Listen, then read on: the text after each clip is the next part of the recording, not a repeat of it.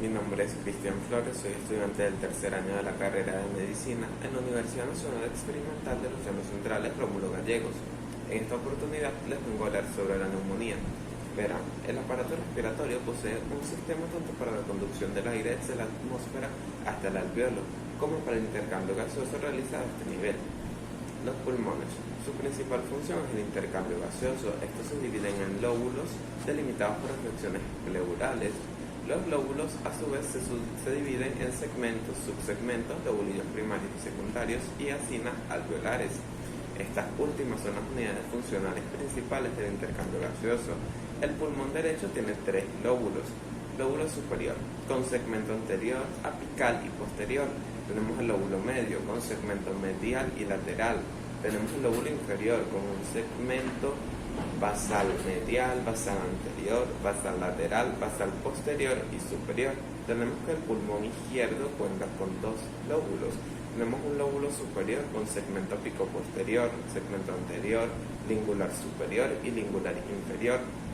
Tenemos el lóbulo inferior con segmento superior, basal medial, basal anterior, basal lateral y basal posterior. Ambos pulmones se encuentran cubiertos por una membrana serosa denominada pleura visceral. Definición propia de la neumonía. Es que esta no es más que una infección aguda del parénquima pulmonar que afecta el intercambio de gases. Esta se clasifica según su localización en 1. Bronconeumonía. Esta afecta a las vías aéreas distales y los alveolos. Tenemos la neumonía lobulillar, la cual afecta solo parte de un lóbulo, y tenemos la neumonía lobular, aquella que afecta el lóbulo entero. Esta también puede clasificarse según los microorganismos causales, como por gram negativos o gram positivos. Tenemos la vírica o la bacteriana, o por el organismo específico como la neumonía neumocócica. Esta también se puede denominar neumonía hospitalaria o nosocomial si se desarrolla durante la hospitalización por otra enfermedad. Los pacientes con mayor riesgo de desarrollar dicha enfermedad son aquellos inmunodeprimidos u hospitalizados en la unidad de cuidados intensivos. Tenemos los fumadores y alcohólicos, o aquellos con una enfermedad crónica de tipo cardiovascular. Etiología. Esta se divide de dos maneras, primaria y secundaria. Primaria, aquella inhalada o aspirada de microorganismos patógenos, incluyendo las neumonías neumocócica, vírica y por micoplasmas. Secundaria, esta se da de dos formas. Forma 1, después del daño inicial por una sustancia química nociva u otra infección, es decir, una superinfección. Tenemos la diseminación hematógena de bacterias desde un sitio distante. La causa más frecuente de neumonía bacteriana en niños es el Streptococcus pneumoniae. La Haemophilus influenzae de tipo B es la segunda causa más frecuente de neumonía bacteriana. Y el virus sincital respiratorio es la causa vírica más frecuente. Fisiopatología.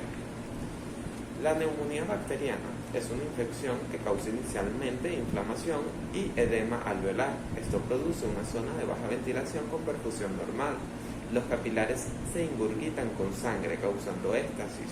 A medida que se desintegra la membrana alveolo-capilar, los alveolos se llenan de sangre y exudado, con atelectasia resultante.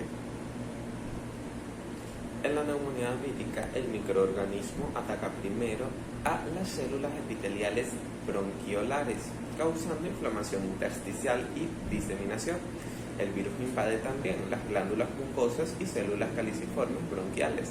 Posteriormente se disemina a los alveolos. Estos se llenan de sangre y líquido. En la infección avanzada puede formarse una membrana hialina. En la neumonía por inhalación de jugos gástricos o hidrocarburos, estos causan cambios inflamatorios y inactivan al surfactante sobre una superficie grande. La diseminación del surfactante conduce al colapso alveolar. Estos jugos gástricos ácidos pueden dañar las vías respiratorias y los alveolos. Las partículas que contienen jugos gástricos aspirados pueden obstruir las vías respiratorias y reducir el flujo de aire, llevando a una neumonía bacteriana secundaria. Complicaciones. Esta puede causar un choque séptico, hipoxemia, insuficiencia respiratoria, tenemos empiema pulmonar, bacteremia, endocarditis, pericarditis y meningitis. Signos y síntomas de la neumonía.